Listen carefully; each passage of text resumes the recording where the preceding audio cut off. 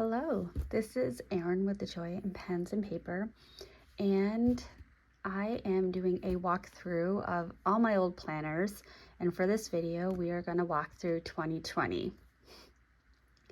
And I will just do a little warning that is the pandemic year, so if you want to never hear about that again, you probably want to bail on this video. I also do have a couple of big things that happened that year that could be triggering for some people, so I apologize in advance, but this is real life. During the year of 2020, I kind of reflected and realized that in 2018 and 2019, I did not stick with a Hobonichi cousin. In fact, in 2019, I barely used it at all. So I believe this was the first year that Hobonichi offered the day-free option, and I thought, you know what, I'm going to give that a shot. This particular book, I was able to go from end of December 2019 to end of July 2020 before running out of room, and then I moved over to a Leuchtturm A5 bullet journal to finish out 2020. So without further ado, here we are. All right, so I got some family pictures at the front, Christmas 2019 with my little Snugget Nugget, and this little this is a snowman door stopper made out of a sock. We actually still have this in our bedroom door, and it's there every day. I did not use this calendar spread. I started off tracking my movement mileage and looked at a total for the month and a total for the year. Here are my calendars, and I went through and marked off calendar items for anything that was already scheduled at the beginning of the year. So even though I wasn't in this planner after July, I still had some things marked off on here. Matchbox 20 concert was supposed to be in 2020. It got postponed to 2021, then postponed again to 2022, and then it actually happened this year in 2023. So with the day free, the first version did not have numbered pages, so that is a change that has subsequently taken place. I had my scheduled items here. I had a to-do list here. I did a little highlight just to the side, and then kind of did dailies. I was able to finish 1,209 miles in 2019, and my goal was 1,200, so I slightly exceeded that. And I continued to write the mileage right here. I did some block lettering for, I believe, for what I started out the day with, and then regular script, I guess, or writing for things that happened as the day got started. And so much like I do now, I like to have my weekly on the right side and then start my dailies. I did pull in some other pens here, and I did continue to track my mileage with the whole numbers and then carrying over the anything less than a whole number over to the next week. My boss's wife at this point went to Tokyo, and she came back and brought me a gold pen, a silver pen, and a purple pen. So you can kind of see the silver. It's a little difficult, but I did some writing with that. Pardon the language, that's one of those things. One of the students at the program that I worked at on Wednesday, January 22nd, died due to complications of the flu. And so obviously I had an emotional response to that. And my job was to interview everybody who was involved in that. I had to read the medical record. I had to be at the house when the parents came to pick up the child's clothing for the funeral. I went to the funeral. I was there when the parents packed up their child's room at the residential home he was living at. So I'm sure you can imagine that was not very easy to deal with. And the weekend before that, I had a very significant family thing that I had to deal with. So I actually, not long after that, I ended up calling and getting myself set up with a therapist, because goodness, that was a lot to handle. And have stuck in therapy since. Yay. But it's been a much needed journey. The Pay It Forward League that I've talked about in some of my videos, my family won for the first time and only time that year. We went to Disney this February. And so I marked down each day. We had our travel day. We went to Magic Kingdom, Epcot, Universal, Hollywood Studios, another Universal day, and Animal Kingdom. And then we returned or came home on February 20th. And when I went back to work on Monday the 24th, my boss mentioned a potential coronavirus pandemic, and that was really the first time that I heard about it. And so when I got back, he came into my office and sat down and said, "Hey, we have to start planning for this pandemic." And I said, "What pandemic?" So that's kind of a funny memory. My friend who was my colleague has remained my friend. I was in his wedding this summer. He had his last day on the 28th of February. So he left right before the pandemic and right before the world kind of crashed. And because he left, I ended up doing his job on top of mine for the first couple of months of the pandemic, which was really challenging. And that also put me in a position where I was on call with no off button, because he and I would split on-call responsibilities. My chosen family nephew was born on February 29th. He's a leap year baby, so he had his second birthday. And then I keep going through my dailies. I had been looking to change positions to another company and found out on this day that I did not get the position they wanted. It was supposed to be a remote position, which would have been great going into the pandemic, although not really. But they decided they wanted somebody to be in a home base at their New Jersey office for that role. So I did not get that. The Thursday, March 12th, NBA suspended play for the remainder of the season. We were supposed to have a gathering that night, and so it was canceled. It's so interesting to look back and see all of this. And it ended up being good because my connection to this company with the pandemic he ended up getting laid off, so that position never ended up opening. Yeah. So March 17th, I believe, was the day that, was it the 17th or was it the 14th?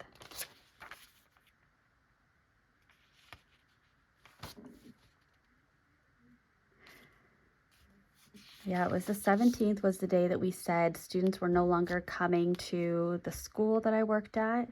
And so I had to plan for meals going out to the residences and delivery plans. And you can see my planning started getting messier because I just didn't have the time or the capacity to be crafty. I was just doing a lot of notes and a lot of documentation. The Providence Marathon was canceled / postponed. and I was on track for that. My town did a teddy bear hunt where people posted or put teddy bears in their windows and people could drive around and find them. I started tracking some headlines, but I ended up getting very overwhelmed by that. I also started tracking some confirmed cases and death count in the United States and in mass. But again, I got very overwhelmed by that. I ended up actually at one point just not being able to watch the news anymore. This ink right here is Robert Oster Fire and Ice. It has this beautiful red sheen to it. But it's very smudgy because it has the sheen.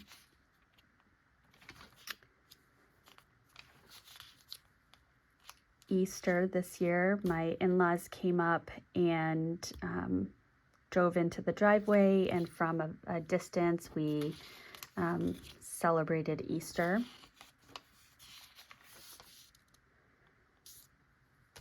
Quarantine continues. I had to coordinate student testing. I had to coordinate quarantining of residences and limiting spread amongst staff.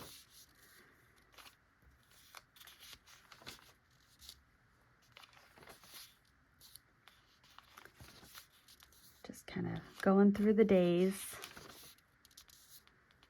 I had a few days that I could work from home, but I was an essential employee, so I was reporting to work each day. Cinco de Mayo, Mother's Day. This I did something a little bit different where I had some tasks that I planned on doing in this column right here, and then I had the notes over here, as well as circles for any appointments that were in there.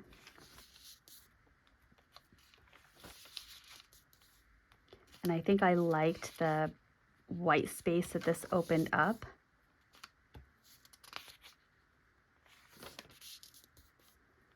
Memorial Day.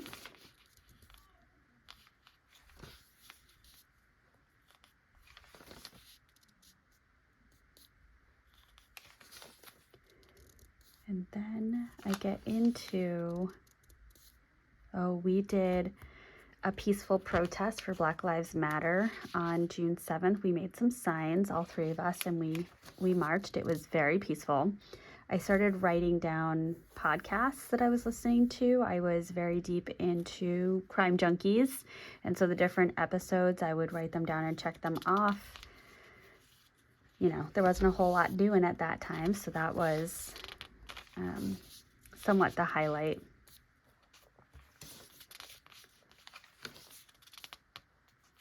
Father's Day, more podcasts.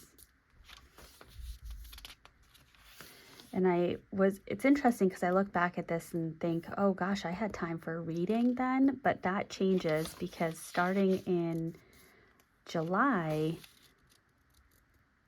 we had our 12-year anniversary. So starting in July, I went back to school and I started my doctoral program.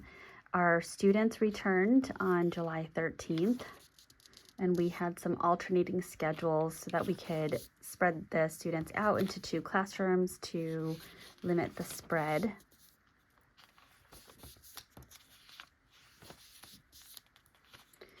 So here's my first kind of reference to the doctoral program that is kind of a big pop. I did my first research paper on compassion fatigue, which I thought was really timely given what was happening in the world. And here is the end of this one. There were only a few pages left, so I didn't have enough for August. And so I went over to my bullet journal. I think I needed a little bit of artistic outlet, and there is just something about setting up these calendars that brought me some joy or some relief. I started with mapping out this August spread because I liked having the calendar in the Hobonichi. Then I set up September and I went right back to kind of what I knew that I liked with having the month here. I didn't separate out work and home because it was still pandemic time. There wasn't a whole lot going on, but I did have my classes here. And then I put dates further into the future right there. My summer classes, I had my assignments right there. August, because I really started getting into this at the beginning of August, so I did some forward planning with September so I could jot things down. I had a residency week in August, which was a fully remote residency week, so I spent 40 hours in front of a computer. My future planning and birthdays.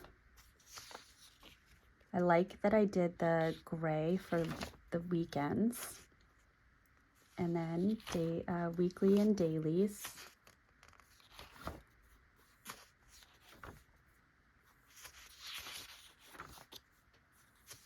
My I had 3 assignments. I got 100% on all 3, and I was using J. Urban Stormy Gray right here, and I would imagine my Pilot Vanishing Point. Here's my residency week, so I knew I was going to be very focused on that, so I did Monday, Tuesday, Wednesday, Thursday, Friday, Saturday, Sunday. A brain dump, things starting to plan for my dissertation. Oh,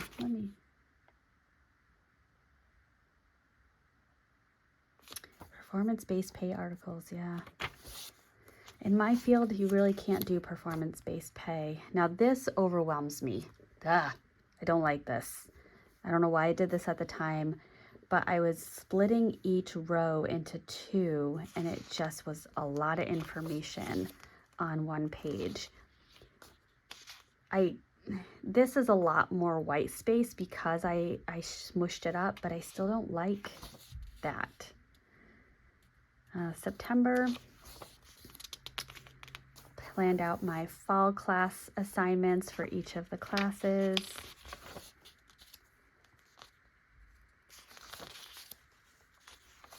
There's my dailies.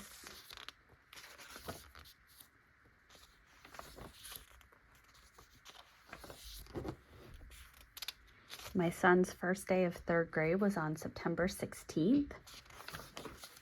His school, any K through 5 were in person, or K through 3 were in person, something along those lines. But he was able to go in person during that first fall of the pandemic. Jose Martinez Diaz, who is the person who started and ran my program that I went to for my coursework to become a board certified behavior analyst, he passed. That was very sad. One of the staff that worked in my program, he also passed.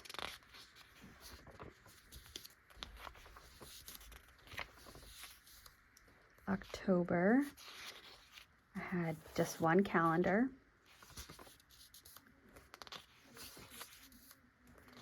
Now in October, I had a medical emergency. Yeah, I thought I was going to do this workout challenge, but then on October, was it the 20th? 21st,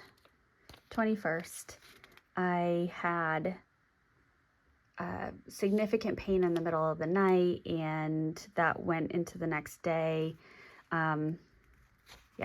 My gallbladder went septic, and I had surgery. That was not anticipated, but I ended up having surgery late that night, got home at midnight, and then I started to track my recovery and thought I was going to document it and did not. So then we get into November, and we so I had that surgery. I was out of work for 2 weeks. On October 31st, we had like a fall gathering at our home. Now, don't get your panties in a bunch. I understand it was the pandemic. We were going to do an outside gathering, but of the not many people that we invited, I think it was maybe 4 families that we invited. 2 of them RSVP'd yes, and they were 2 families that we had been doing a little bit of a quarantine bubble with.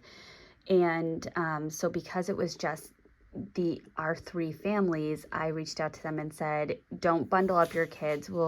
We can hang out inside because we've all, kind of committed to being in our COVID bubble together. And then one of the families that didn't RSVP ended up showing up, and nobody had the warm clothes to be hanging out outside as I had initially thought. And so I kind of just went with it. And of course, somebody in the family that showed up tested positive for COVID, which then meant that when I was supposed to return to work, I then had to go into a quarantine because the Board of Health was contacted, and my employer almost formally reprimanded me for violating the gathering policy that we had instituted for staff, which really frustrated me because I was on track to adhere to it, and it was this kind of curveball at the last second that led to not adhering to it.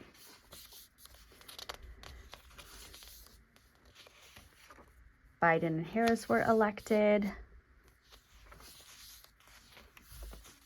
I was keeping it very basic at this point.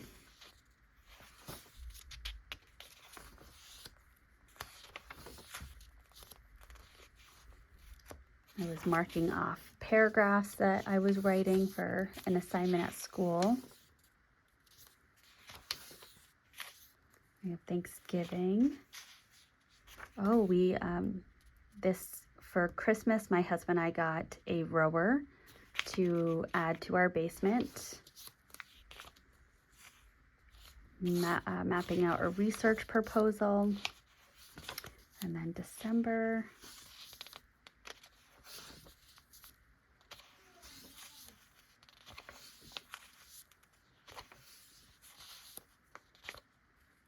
Planning out the menu for Christmas.